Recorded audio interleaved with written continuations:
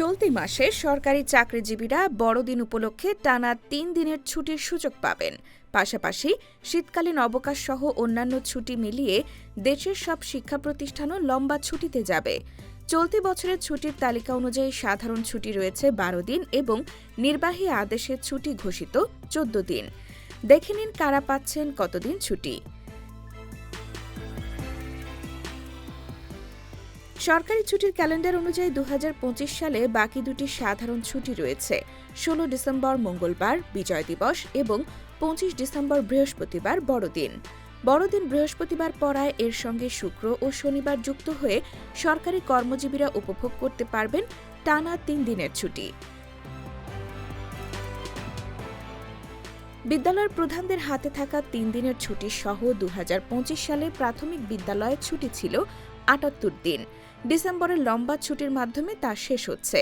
শীতকালীন অবকাশ, বিজয় দিবস ও বড়দিন উপলক্ষে প্রাথমিক বিদ্যালয়ে ছুটি শুরু হয়েছে ১১ ডিসেম্বর থেকে এবং চলবে ২৫ ডিসেম্বর পর্যন্ত। এর মধ্যে ১৬ ডিসেম্বর বিজয় দিবস পালন বাধ্যতামূলক। এছাড়া ২১ থেকে ২৪ ডিসেম্বর অনুষ্ঠিত হবে সরকারি প্রাথমিক বিদ্যালয়ের বৃত্তি পরীক্ষা। মাধ্যমিক বিদ্যালয়ের ছুটির তালিকা অনুযায়ী ১৪ ডিসেম্বর থেকে শুরু হচ্ছে বছরের শেষ ছুটি। এর আগে ১২ ও ১৩ ডিসেম্বর সাপ্তাহিক বন্ধ। এই ছুটি শেষ হবে ২৮ ডিসেম্বর। ছুটির শেষে ২৮ থেকে ৩১ ডিসেম্বর অনুষ্ঠিত হবে অষ্টম শ্রেণীর বৃত্তি পরীক্ষা। ১৬ ডিসেম্বর বিজয় দিবস উপলক্ষে শিক্ষক-শিক্ষার্থীদের প্রতিষ্ঠানে উপস্থিত থাকার নির্দেশনা রয়েছে।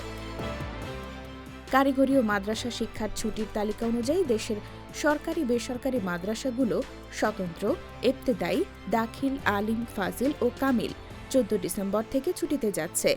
এর আগে ১২ ও ১৩ ডিসেম্বর সাপ্তাহিক ছুটি। মাদ্রাসা খুলবে ২৮ ডিসেম্বর। এ সময় ২ স্তরে বৃত্তি পরীক্ষা অনুষ্ঠিত হবে।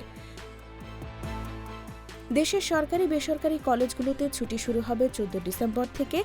এর আগে ১২ ও ১৩ ডিসেম্বর সাপ্তাহিক ছুটি। কলেজ খুলবে ২৮ ডিসেম্বর। কলেজের শিক্ষক-শিক্ষার্থীদেরও ১৬ ডিসেম্বর মহান বিজয় দিবস পালন উপলক্ষে প্রতিষ্ঠানে উপস্থিত থাকার নির্দেশনা রয়েছে।